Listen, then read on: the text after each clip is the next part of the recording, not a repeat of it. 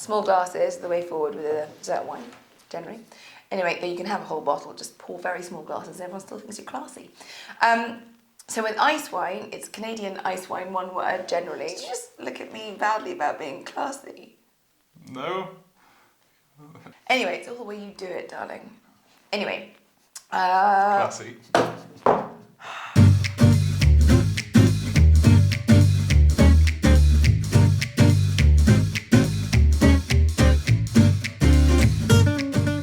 Hello and welcome to another episode of Boozy and the Beast, How to Drink Better. Now Libby, I need to talk to you about something. I suffer from a terrible condition. I think it might be genetic when I look at my father, but I have puddingophilia. I am completely in love with dessert, and not in some weird American pie creepy sort of way. But you know, sticky toffee pudding, apple crumble, oh tarts, oh my phone is full of photos of tarts I've had over the years. But I need some help. I'm never sure what to drink with them. I thought you would be the person to offer that sort of free therapy. I feel like you drank quite a few things with those tarts over the years. But anyway, I would say that you'd be looking for a dessert wine. That's a sweeter wine with which to generally end your meal or have with your tarts. Basically, there are two differences here. You have dessert wine and you have the sweet fortified wines, which we'll be going into in another episode. Those are sort of the ports and sherries. But let's just look at dessert wine for now. So why would you have a dessert wine? You would have a dessert wine to pair with something sweet, like your puddingophilia. Oh, I thought you said like me. Okay. No. And so that sort of balances. You might have gone to a dinner party where your lovely and well-meaning host has continued serving their gorgeous crisp chablis when the tart or the crumble has come around. Lovely, ignorant host. And you'll find that the wine tastes a bit bitter and sour and suddenly not as fun. That's not just the end of the evening feels. That's because really you want the sugar to complement the sugar. Dessert wines also go really well with cheeses, such as the famous, I would say, pairing of Sauterne and blue cheese. And if you like your food with a side of torture, it also goes really well with foie gras. I think foie gras is a wild goose chase, Libby. We're talking about dessert specifically today. So why is dessert wine sweet? Okay, well, basically, as a grape ripens, it begins to have more sugar and flavour. What makes a wine is that the yeast, either added or naturally occurring, eats all that sugar and converts it into alcohol. So basically, there are various ways to make a sweet wine.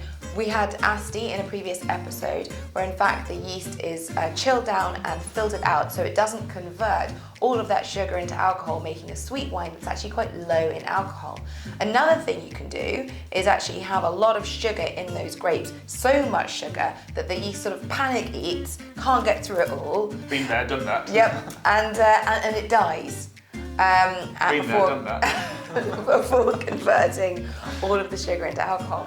And there are various ways to get that sort of sugar to water ratio, so it's higher in sugar than it is in water, and I'll be going through those right now. So, not all dessert wine is created equally, but what are those different methods, please, Libby? Okay, well, we'll start with the first one, which if you see a bottle from Alsace or somewhere similar, you might see them say Vendage Tardif. Or Vendange Tardif.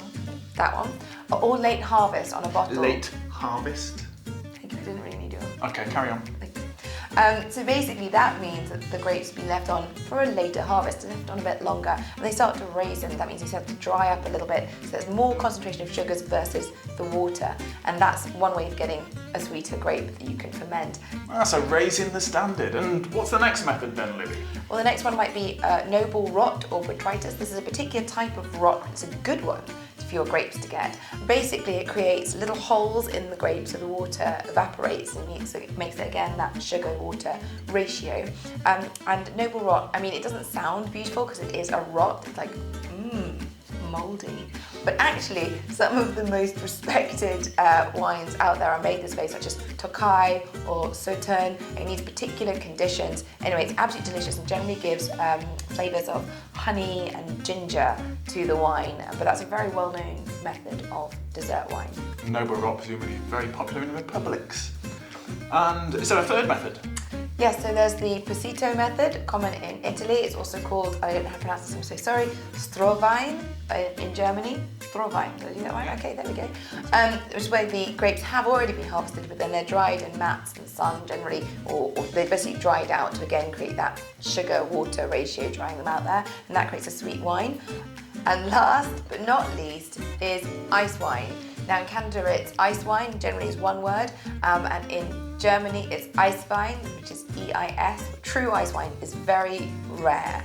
It's because the grapes have to freeze on the vine, like ripe grapes, freeze on the vine, and then they have to be harvested at night below like -8 degrees. So if it starts to even get slightly warmer than that, it's useless. The grapes themselves, because they're frozen, have almost no water. It's all ice, obviously. And when that's pressed and fermented, it creates something similar in a flavour profile to the noble rot, but with a lot more it's like a cleaner, purer, crisper flavour profile. I'm actually salivating again. I need to stop.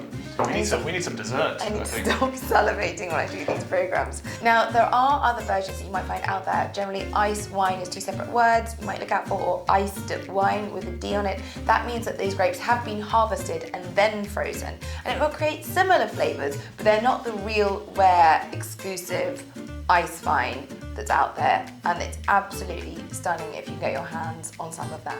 Not to be confused with ice wine, which was Steve Jobs' attempt at making a robot pig.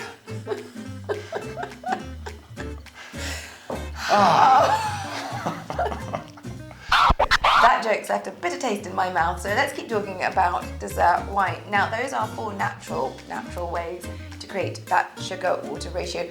Sugar can also be added to wine before or after fermentation, but there's some areas that it's not legal, some areas it's strongly frowned upon. If you like the wine, what the hell? But those are the ways generally to make a dessert wine. Okay, well, thank you so much for that therapy session and for taking my affliction so seriously. It's very sweet of you. Cheers.